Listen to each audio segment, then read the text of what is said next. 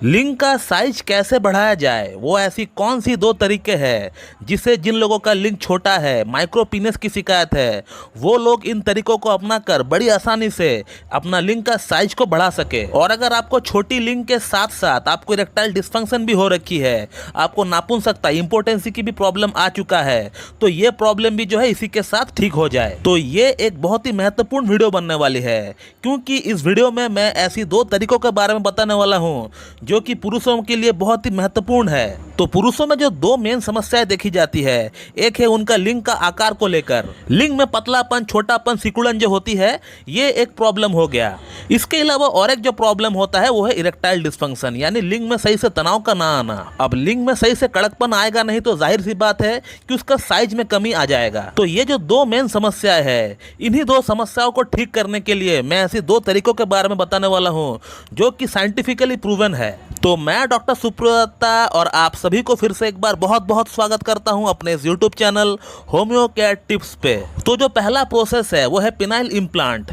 इस तरह की ये जो आप लंबे लंबे सिलेंडर जैसा पाइप देख रहे हैं, ये सिलिकॉन की बनी हुई है। ये जो दो रॉड आप देख रहे हो, ये एक छोटी सी सर्जरी के जरिए आपका लिंग का अंदर, कॉर्पोरा का अंदर डाला जाता है। जहां तक मैं जानता हूं ये एक 30 to 45 मिनट का ऑपरेशन होता है, और जिस दिन आप ऑपरेशन करते हैं उसी दिन जो है आपको डिस्चार्ज भी किया जाता है अस्पताल से। इस प्रोसेस में आपका लिंग का साइज, आपका लिंग की आकार बहुत ही बढ़िया बन जाता है। लिंग की साइज की अगर बात करें तो पिनाइल इम्प्लांट के बाद आपका लिंग का साइज कम से कम 2 से 2.5 इंच तक बढ़ने वाला है। और इरेक्शन की अगर बात करें, जैसा इरेक्शन आप देखना चाहते हो अपना लिंग का, वैसा ही इरेक्शन आपको देखने को मिलेंगे। और इस सर्जरी को करने के बाद कम से कम आपको 15 साल तक इस प्रॉब्लम के लिए कोई भी मेडिसिन आपको खाने की दरकार नहीं पड़ेगी। एक पैसे का मेडिसिन आपको जो है इरेक्टाइल डिस्फंक्शन की प्रॉब्लम के लिए आपको खाने का दरकार पड़ेगी नहीं। जब चाहे, जितना देर तक चाहे, जितने बार चाहे आप सेक्स कर सकते हैं पिनाइल इम्प्लांट करवाने के बाद। दोस्तों ये एक बहुत ही बढ़िया प्रोसेस है और इसमें कोई भी साइड इफेक्ट नहीं होता है,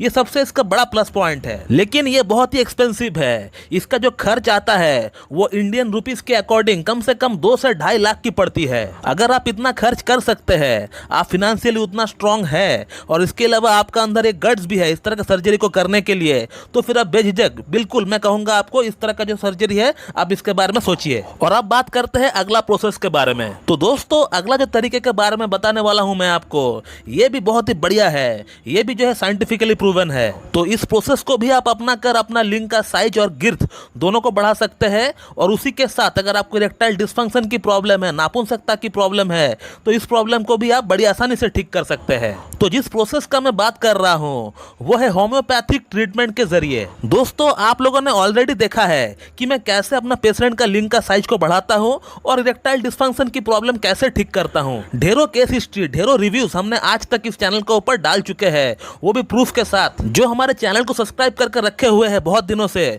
वो लोग जानते ही है, हमें अलग से बोलने का कोई दरकार पड़ता नहीं है उनके लिए। इस चैनल का ऊपर एक केस नाम का प्लेलिस्ट है, उस फोल्डर में, उस प्लेलिस्ट में जो जो वीडियोस है वो सभी पेशेंट रिव्यूज के लिए हमने बनाए हैं, कि जो बंदे हमारे पास ट्रीटमेंट कर रहे हैं वो हमसे ट्रीटमेंट लेकर कितना सेटिस्फाइड फील कर रहे हैं अपने आप को, ये वहां पे आपको देखने को मिलेंगे। आप उस प्लेलिस्ट का कम से कम 5-6 वीडियो भी अगर उठाकर देख लेंगे तो फिर आपको पता चल जाएगा कि वाकई में होम्योपैथी से इस तरह का प्रॉब्लम को ठीक करना कोई बड़ी बात है नहीं। और इरेक्टाइल डिस्फंक्शन की अगर बात करें तो उसका तो मैं हर दिन एक ना एक प्रूफ डालते रहता हूं अपना चैनल के ऊपर। अब बात करते हैं कि आखिरकार हमारा प्रॉब्लम ठीक कैसे होगा, हमारा लिंग का साइज कैसे बढ़ेगा, हमारे इरेक्टाइल डिस्फंक्शन की प्रॉब्लम कैसे ठीक होगा।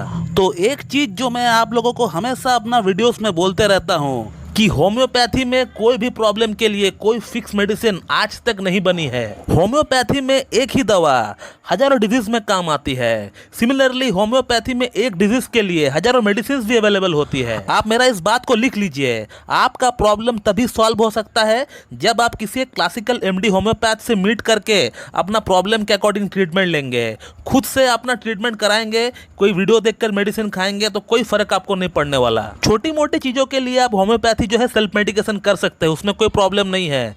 लेकिन जब आपको सवाल आता है कोई बड़ा डिजीज को ठीक करने का, या फिर ऐसा कोई डिसऑर्डर जिसको आपको ठीक करना है, तब आप बिल्कुल भी सेल्फ मेडिकेशन ना करें, क्योंकि मेरे ख्याल से आप लोग एक बात तो जानते ही होंगे कि होम्योपैथी में जो मेडिसिन दी जाती है वो आपका लक्षण के आधार पर दी जाती है। अब आपका लक्षण कोई भी मेडिसिन से मैच कर सकता है, वो सल्फर भी हो सकता है, वो लाइकोपोडियम भी हो सकता है, वो कैलकेरिया कार्ब भी हो सकता है, वो नाइट्रोमूर भी हो सकता है, कुछ भी हो सकता है। 93 होम्योपैथी में बड़ी पॉलीक्रस्ट रेमेडी है, उसमें से कुछ भी लक्षण आपका लक्षण हो सकता है। रहा बात लिंग का साइज को लेकर, वो आपका तभी बढ़ सकता है जब आपको कॉन्स्टिट्यूशनल ट्रीटमेंट दिया जाए। कॉन्स्टिट्यूशनल ट्रीटमेंट क्या होता है कि आपका पूरा सिम्टम लिया जाता है, उसमें आपका मेंटल फीलिंग्स देखा जाता है, आपका भूख कैसा है, आपका प्यास कैसा है, आपका सेक्स कैसा है, आपका स्टूल कैसा है, आपको पसीना कैसा छूटता है, आपको गुस्सा आता है कि नहीं, आप हॉट पेशेंट है, आप चिली पेशेंट है, आपको क्या पसंद है, आपको क्या नापसंद है, आपका फैमिली हिस्ट्री क्या है, आपका प्रेजेंट हिस्ट्री क्या है, आपका पास्ट हिस्ट्री क्या है, क्या कोई PQRS कोई पिकुलियर सिम्टम आपका अंदर है। तो ये सभी चीजें जो है हम लोग अकाउंट में अपना लेते हैं। और भी बहुत सारे सवाल होते हैं जो हमसे ट्रीटमेंट लिए हैं वो जानते ही है मैं उनसे किस तरह का सवाल पूछता हूँ। उन सभी क्वेश्चन का आंसर मिलने के बाद मैं उनके लिए एक ही मेडिसिन सेलेक्ट करता हूँ। ऐसा नहीं कि हमने उनसे बात करने के बाद 8-10 दवाइयाँ एक साथ चयन कर लिया। 8-10 दवाइयाँ खिलाने से पेशेंट का प्रॉब्लम सॉल्व नहीं होता है। यहाँ एक ही मेडिसिन को सेलेक्ट करना पड़ेगा आपको। उसी एक मेडिसिन को आपको जो है सही पोटेंसी में पेशेंट को खिलाना पड़ेगा लंबे समय के लिए, और बीच बीच में एक नोस्ट्रोड आपको डालना पड़ेगा, तभी जाकर आपका प्रॉब्लम ठीक हो सकता है। तो एक प्रोसेस है पिनाइल इम्प्लांट का और दूसरा प्रोसेस है होम्योपैथिक ट्रीटमेंट का। दोनों ही प्रोसेस में आपको सक्सेस मिलता है, लेकिन आप पे डिपेंड करता है कि आपको कौन सा तरीके, कौन सा प्रोसेस को आपको अपनाना है। अगर आप फिनेंशियली स्ट्रांग है, आपका अंदर गट्स है इस तरह का सर्जरी को करने का, तो आप पिनाइल इम्प्लांट के बारे में सोचिए। और अगर आपका अंदर उतना गट्स नहीं है इस तरह का सर्जरी को करने का, तो फिर मैं आपको कहूंगा कि आप होम्योपैथिक ट्रीटमेंट कराइए। किसी एक अच्छी MD क्लासिकल होम्योपैथ के पास जाकर उनके सामने बैठकर पूरा एक थॉरोली केस टेकिंग उनको दीजिए। डॉक्टर साहब आपको जो जो सवाल पूछता है वो सभी सवालों का जवाब आप उनको दीजिए सोच समझकर, और वो आपका सभी सवालों का जवाब जानने के बाद आपको एक ही सिंगल रेमेडी देगा। वही रेमेडी से जो है आपका सभी प्रॉब्लम ठीक होने वाला है। तो दोस्तों ये थे 2 तरीके। मैं आशा करता हूँ कि आप लोगों को मेरा ये वीडियो पसंद आएगी। So thank you very much and have a good day.